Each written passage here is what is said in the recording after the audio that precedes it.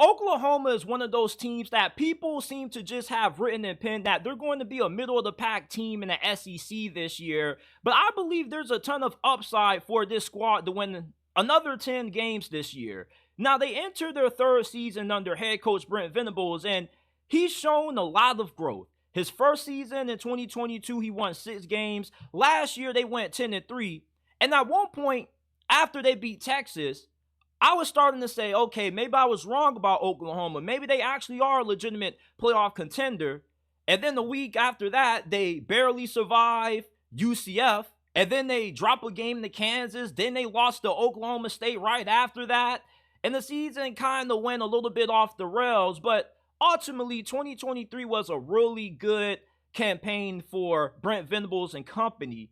And going into this season, I expect Oklahoma to have a really good team this year. This defense should finally look like a Brent Venables defense. And the reason for that is because they returned 7 starters on that side of football. And what has me so optimistic about the potential of Oklahoma's defense in 2024 is the fact that now they have not only a lot of talent on the defensive line, but a lot of depth at that position, which has been the biggest weakness that Brent Venables has faced down there in Norman. A lot of Oklahoma fans have always complained the last 2 years how their defensive line isn't as deep as what it needs to be. Well, you go out and you get the defensive tackle from TCU, who Brian Kelly wanted down there at LSU, and he was really upset that he couldn't get him. He tried to play it off like, man, we okay, like, we not trying to buy everybody. Like, nah, like, you got the number 1 quarterback in next year's recruiting class and the number 1 running back in next year's recruiting class. Like, you're buying players. You're just mad because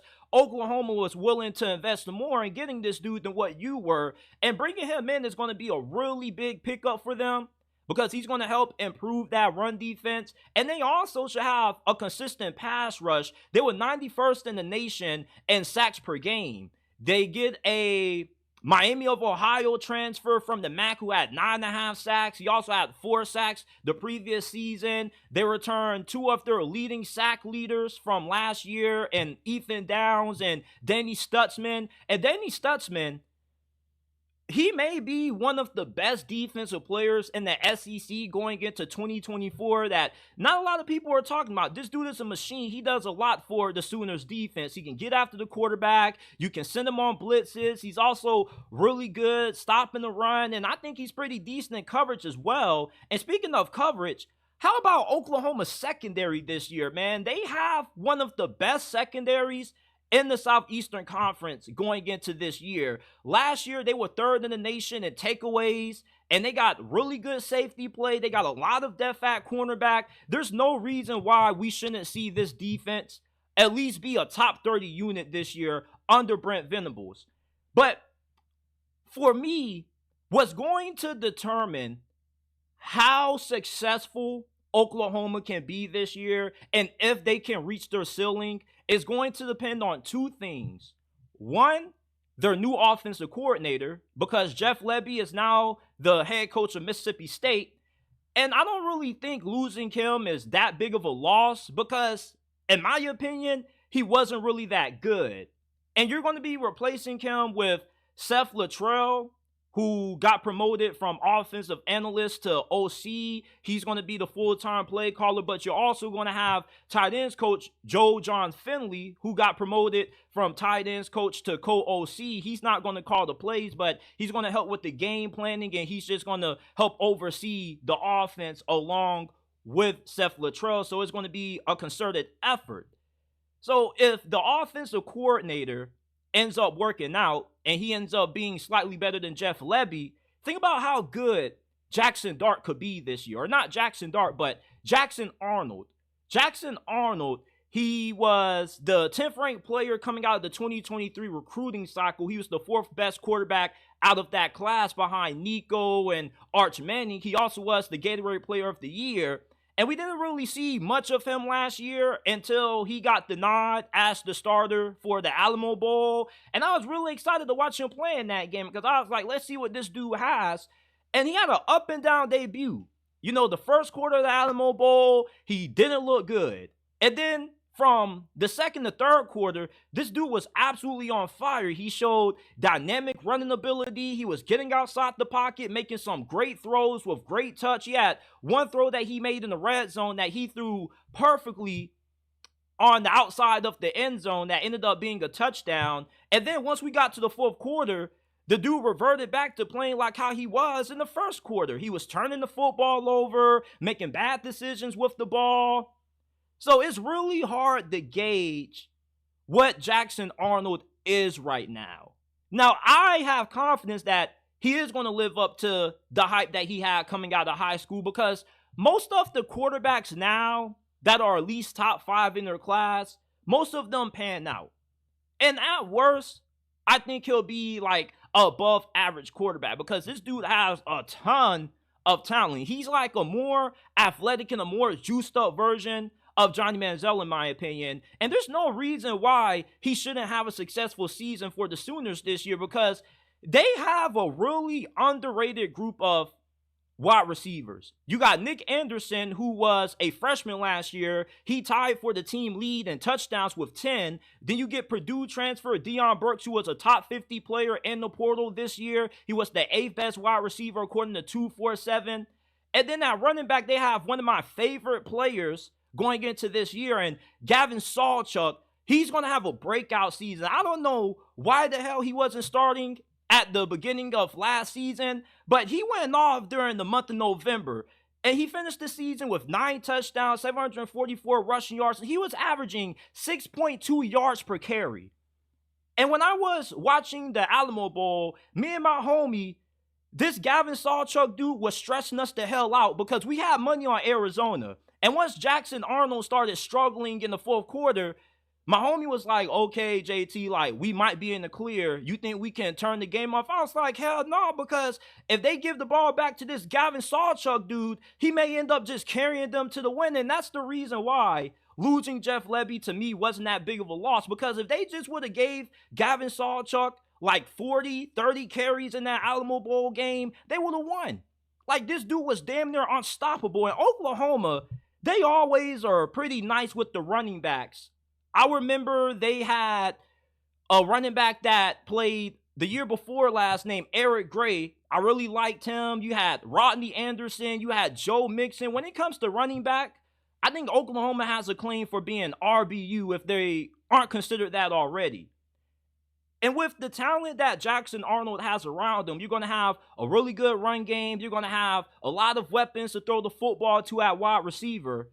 I expect him to have Oklahoma at least around 9-10 wins at best. That's how I see the ceiling being for the Sooners in 2024, because their schedule is manageable. Okay, your first 4 games, you got to play Temple, Houston, Tulane, and Tennessee. You should at least be 3-0 going into that Tennessee game. Plus, you're playing Tennessee at home. Tulane, that could be a tricky matchup. They are the best group of 5 team entering this year. But Oklahoma has one of the better rosters in college football. Brent Venables has recruited at a top 10 level since he got hired down there in Norman. They also do a pretty good job of utilizing the transfer portal. And Tennessee and Oklahoma, I think they're kind of in the same tier. Both teams have the potential to not just be a factor in the championship picture in this conference, but they also could get into the college football playoffs depending on how the ball bounces. And then after you play Tennessee, you go on the road and you play Auburn. And this is when the schedule starts to get really tough for Oklahoma. This is when we find out just how good Oklahoma truly is. Because winning in Jordan-Hare Stadium is no easy feat. I don't care how down Auburn football is. If you can win on the road in Auburn, you're a pretty decent team. Now, we're just going to forget what happened with the New Mexico State game. I just act like that thing didn't occur, because college football is weird. You always have a couple of weird games like that, and you guys being Oklahoma fans should understand that, because you lost to Kansas and Oklahoma State. Like, that was so random. And then after you play Auburn, you got your bye week, and then you got to play Texas. Now, last year, Texas for Oklahoma pretty much was their Super Bowl, because once they beat them, it seemed like they just didn't care about the rest of the season. Then you got South Carolina, which I expect you to win that game. I don't think South Carolina is going to be good this year, but you know they got Shane Beamer, and you can never count out the Beamer boys. Then you got to play Ole Miss on the road. You got to play a school called Maine, and then you got Mizzou, Alabama, and then on the road at LSU to close out the season. I could see Oklahoma winning 10 games this year, and I don't think it's absurd to say that. For the SEC truthers out there, if you look into what Oklahoma has done in recruiting and what they've done in the transfer portal, from a talent standpoint, they have a top 10 roster. And they already beat Texas last year.